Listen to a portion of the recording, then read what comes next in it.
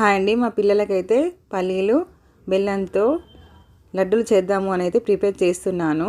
కానీ మా పిల్లలకు లడ్డూలు వద్దంట, ఇంకా వేరే ఏదైనా చెయ్యి మమ్మీ అన్నారు. కానీ అయితే నేను బూరెలు చేయడానికి అయితే రెడీ చేస్తున్నాను. అలా అయితే ఓకే అన్నారు. అందుకని అయితే బూరెలకైతే ప్రిపేర్ చేస్తున్నా.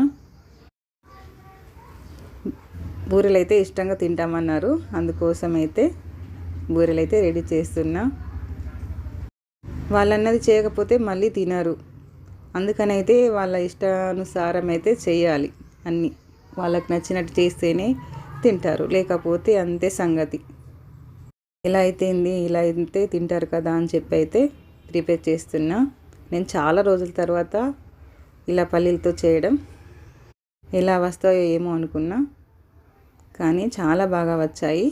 ఇది ఒక్కటే ఇలా వచ్చింది, కానీ మిగతావన్నీ చాలా సూపర్గా వచ్చాయి. ఇది కూడా కొంచెం అక్కడ గోధుమ పిండి తక్కువ అయ్యి అలా వచ్చింది, కానీ మిగతావన్నీ చాలా సూపర్గా వచ్చాయి.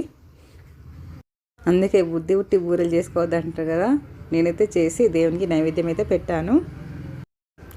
బెల్లం పల్లీలు అయితే పిల్లలకైనా మనకైనా చాలా మంచిది. వాళ్ళు ఎలా తింటా అంటే అలా చేసి ఇవ్వడమే బెస్ట్.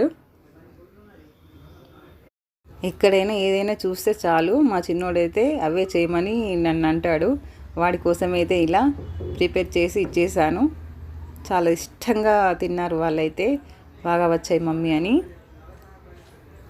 బెల్లంతో డైరెక్ట్గా లడ్డూలు చేస్తే తినమన్నారు. బూరెలు అయితే ఎలా వస్తాయో అనుకున్నా, చాలా సూపర్గా వచ్చాయి. నాకు కూడా చాలా చాలా ఇష్టం బూరెలు. మా ఆయనకైతే పప్పు బూరెలు ఇష్టం బాగా, కానీ పిల్లలకు కొంచెం హెల్తీ కోసం నేను ఇలా చేశాను. ఆయన బెల్లం అంటే అసలు దాని జోలికే వెళ్ళాడు మా ఆయన. పిల్లలన్నా ఇలా చేస్తే తింటారని చెప్పి చేస్తున్నా. కొత్త సంవత్సరం అలా వచ్చిందో లేదో ఇలా సంక్రాంతి వచ్చేసింది. తొందరగా ఇక పండగలు ఒక్కదాని ఇంకొకటి ఇక వస్తూనే ఉంటాయి.